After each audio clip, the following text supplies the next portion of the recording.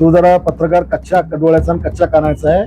3 अधिवेशनामध्ये भाषण आहेत माझे, प्रत्येक ठिकाणी मागणी केलेली आहे मी. शिवाजीचा छत्रपती शिवाजी म्हणजे शिक्षण संस्था, शिवाजी शिक्षण संस्थेचं नाव बदलावं. राज्यामध्ये कोणत्याही संस्थेला नाव देताना छत्रपती शिवाजी महाराज हेच नाव द्यावं, अशा मीच नाही अनेक आमदारांनी मागण्या केलेल्या आहेत. आम्ही त्यांच्या मंडपात जाऊन पुस्तकाचं वाचन करणार. तुम्ही स्वतः येणार? हो, मी स्वतः जाणार. मी आमचे सगळे शिवभक्त आम्ही सगळे जाणार. आज प्रकाश आंबे आणि त्या कम्युनिस्ट लोकांनी माझ्या घरावर मोर्चा काढून पुस्तक वाचण्याची घोषणा केली होती. मी तर आधी पण सांगितलं की छत्रपती शिवाजी महाराजांचा सन्मानपूर्वक उल्लेख जर करत असतील तर माझ्या घरात पण पुस्तक वाचण्यावर मला काही अडचण नाही. परंतु आम्ही इथे कार्यक्रम आयोजित केला होता. शिवरायांचं पूजन आणि महाआरती, पोलिसांनी आमच्या कार्यक्रमाला परवानगी नाकारली. आम्ही पोलिसांचा कायद्याचा सन्मान आम्ही केला. आम्ही आमचा कार्यक्रम रद्द केला. त्यांचा पण कार्यक्रम पोलिसांनी रद्द केला कायदा सुव्यवस्थेच्या नावाखाली. परंतु असं असताना पोलिसांनी परवानगी नाकारल्यानंतर सुद्धा तुम्ही महाराष्ट्रातल्या तमाम शिवभक्तांच्या जखमेवर मीठ चोळाय करता. जाणून बुजून जे पुस्तक तुम्ही छापलं, 20 लाख प्रती त्याच्या विकल्या, एवढ्या सगळ्या केल्यानंतर तुम्हाला आता इथून पुस्तक वाचायची आवश्यकता काय? आणि म्हणून आम्ही त्या ठिकाणी पुस्तक वाचायला जर ते येतील तर आम्ही पुस्तक वाचायला म्हणजे ऐकायला आम्ही जाणार. आम्ही समोर खाली बसणार. आम्ही विनयशीलतेने आम्ही सगळ्या गोष्टी आम्ही ऐकणार. आणि त्यामध्ये जर त्यांनी पुस्तक वाचताना छत्रपती शिवाजी महाराजांचा सन्मानपूर्वक उल्लेख केला तर आम्ही टाळ्या वाजवून स्वागत करणार. पण जर का एकेरी भाषेत आमच्या सगळ्यांच्या जखमेवर मीठ चोळायचा प्रयत्न महाराष्ट्रातल्या तमाम शिवभक्तांच्या जर केला, मग मात्र त्या ठिकाणी जर शिवभक्तांच्या भावना अनावर झाल्या तर याची जबाबदारी सगळी त्या आयोजकाची किंवा त्या पुस्तक वाचणाऱ्याची नाही. असली कुठलीही मागणी मी केलेली नाहीये. कुठल्याही प्रकारची मागणी सुद्धा मी केलेली नाहीये, लेखी केली नाही किंवा कुठल्या मीडियावर पण केलेली नाहीये. आमची कुठली दहशत नाहीये. एखादा कोणी कोल्हापूरचा लांडगा इकडे येईल, इकडे कोलीकोई करेल, आमच्या गावात आग लावेल आणि विनाकारणचा कायदा सुव्यवस्था निर्माण करेल, असं त्या विचारात स्वतःच्या त्या मंडपाला वाटलं की इथे देखील माझ्या मंडपामध्ये शिवरायांचा अपमान होणार आहे, म्हणून त्यांनी स्वतःच काढून नेला. त्याला सांगायची काय गरज? तू जरा पत्रकार कच्च्या डोळ्याचा आणि कच्च्या कानाचा आहे. 3 अधिवेशनामध्ये भाषण आहेत माझे, प्रत्येक ठिकाणी मागणी केलेली आहे मी. शिवाजीचा छत्रपती शिवाजी म्हणजे शिक्षण संस्था, शिवाजी शिक्षण संस्थेचं नाव बदलावं. राज्यामध्ये कोणत्याही संस्थेला नाव देताना छत्रपती शिवाजी महाराज हेच नाव द्यावं, अशा मीच नाही अनेक आमदारांनी मागण्या केलेल्या आहेत. हो, आम्ही आमच्या लोकांनी त्याच्यावर देखील गुन्हा करायची मागणी केली आहे. तमाम महाराष्ट्रातल्या सगळ्या लोकांचा, शिवभक्तांचा अपमान झालेला आहे आणि म्हणून त्याच्यामुळे राज्यात कायदा सुव्यवस्था निर्माण होत आहेत. म्हणून त्याच्यावरही 505 गुन्हा दाखल झाला पाहिजे भावना भडकवल्याचा. आम्ही त्यांच्या मंडपात जाऊन पुस्तकाचं वाचन करणार. तुम्ही स्वतः येणार? हो, मी स्वतः जाणार. मी आमच्या सगळे शिवभक्त आम्ही सगळे जाणार. त्यांनी समजदारी दाखवली. काही मध्ये त्यांनी बोलले असतील ते.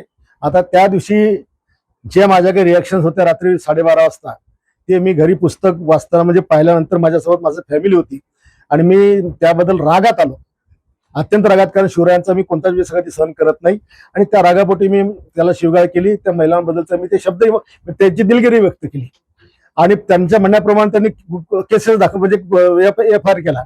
आता ही नाटकं करण्याची आवश्यकता काय? आता हा तमाशा करायची गरज काय? आणि म्हणून या सगळ्या विषयाला छत्रपती शिवाजी महाराजांचा जो अपमान होतोय, मला राज्याचे मुख्यमंत्री महोदय आणि उपमुख्यमंत्री महोदयांचा देखील मेसेज मिळाला की या पुस्तकाला 40 वर्ष झाले.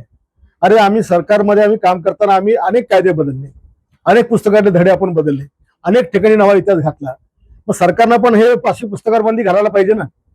त्या पुस्तकाची त्याच्याकडे RNIची परमिशन आहे, प्रेस काउन्सिल ऑफ इंडिया याची परवानगी त्याच्याकडे आहे, जिल्हाधिकाऱ्यांचा त्याच्याकडे परवानगी आहे. 20 लाख त्यांनी प्रति विकल्या याचा काही हिशोब आहे? कशाच्या आधारावर हे लेखक बनतात आणि प्रकाशक बनतात आणि अशा प्रकारे महाराजांचा इतिहास, खोटा इतिहास लिहितात? काय याच्याकडे मान्यता काय? आम्ही टाळ्या वाजवून त्यांचं स्वागत करणार. त्यांनी जर छत्रपती शिवाजी महाराज ज्या 300-400 ठिकाणी शिवाजी शिवाजी शिवाजी असं म्हटलंय, त्यांनी त्या प्रत्येक ठिकाणी छत्रपती शिवाजी महाराज म्हणावं. एका ठिकाणी जर त्यांनी औरंगजेब बादशाहजी म्हणलेलं आहे आणि इकडे शिवाजी म्हणलेलं आहे, म्हणजे यांना औरंगजेब बादशाहला रिस्पेक्ट करतात पण आमच्या राजांना रिस्पेक्ट करत नाही. रोहित पवार महाराष्ट्रात हिरोगिरी करायला पाहतोय. त्याला वाटतं आपण अजितदादाची जागा घेतली पाहिजे. अजितदादांच्या जागा घेण्याकरताच तो अजितदादांना न्याय देण्याचा खोटा आव्हान उडालेला आहे. तिथं ऑलरेडी सीआयडीची आणि बाकीच्या सगळ्या यंत्रणा चौकशी करतात आहे. तिथे कर्नाटकात जाऊन गुन्हा दाखल करण्याचं नाटक करून राहिलेलं आहे. अजितदादांच्या याची चौकशी 100% होणारच. दादा आम्हाला सगळ्या महाराष्ट्राला प्रिय आहेत. पण जेव्हा दादा जिवंत होते तेव्हा या रोहित पवारचं प्रेम कुठं गेलं होतं?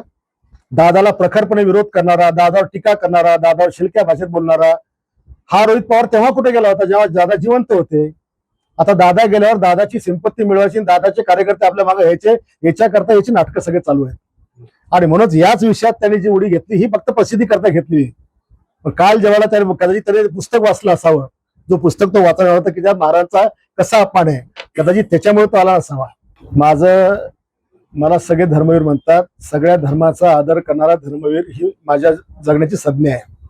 त्याच्यामुळे आम्ही हा अशा प्रकारचा जातीवाद आमच्या देशात राज्यात आम्ही कधीच खपून घेऊ शकत नाही किंवा तो आम्हाला मान्य पण नाही. विरोधी पक्षाने माझ्यावर टीका केली, आमच्या स्थानिकच्या काही विरोधकांनी टीका केली. विरोधकांना टीका करण्याचा पूर्णपणे अधिकार असतो, आम्ही हे नाकारत नाही. पण एकीकडे एखादा शब्द माझा चुकीचा निघाला त्याच्यावर टीका करता, पण एकीकडे महाराजांचा अपमान होतो त्याच्यावर मी बोला ना.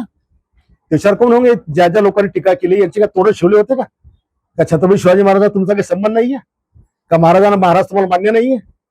बोला ना त्याच्यावर. तो पाठ संपला गुन्हे दाखल होण्याचा, माफी मागण्याचा. राहिला फक्त आता पाठ शिवाजी महाराजांचा. मग हे बाकीचे बोलत का नाही? वडेट्टीवार म्हणतात संजयजी गंजूकर येतोय 10 बाप द्यायला तुम्ही काय गंजू करतील रे? अरे शिवी मी दिली माफी मागितली, तो काय संबंध आहे? महाराष्ट्रात किंवा या देशात बागेश्वर बाबा असो का कोणी असो, छत्रपती शिवाजी महाराजांचा जो जो कोणी अपमान करेल त्या प्रत्येकावर कारवाई झाली पाहिजे.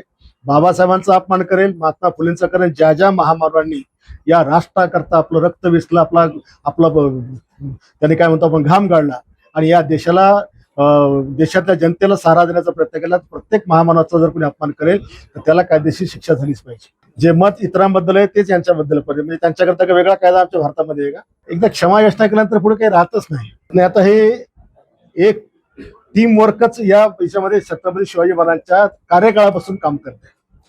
शिवाजी महाराजांचा इतिहास पाहिला, संभाजीराजांचा इतिहास पाहिला, पुढचा इतिहास पाहिला, ज्या पद्धतीनं सदैव महाराजांच्या परिवाराला विरोध झाला, अगदी संभाजीराजांच्या हत्येपर्यंत विचार जर केला तर प्रत्येक वेळेला महाराजांच्या परिवारासोबत हिंदुत्वासोबत हे सगळं घडलेलं आहे. आणि ते अगदी महाराणा प्रतापांसोबत सुद्धा. आणि त्याच्यामुळे अशा शक्तीने आमचा देश हा या ठिकाणी त्याला काय म्हणतो खूप मोठ्या संकटात नेऊन ठेवलेला आहे. या देशावर जे परक्यांच्या जो सदैव आमच्या या आक्रमणाचा बडगा असतो, या लोकांच्या हिमतीमध्ये सगळं होत असतं. आणि त्याच्यामुळं ही प्रवृत्ती ठेचला गेली पाहिजे. महाराष्ट्रामध्ये ऑलरेडी कायदा आहे, पण कडक अंमलबजावणी करण्याची आवश्यकता आहे. आणि अशा पुस्तकावर बंदी घातली पाहिजे. शेवटी तुम्ही एका माणसाचा विचार करणार आहे का लाखो वाचकांचा, म्हणजे लाखो शिवभक्तांचा विचार करणार आहे?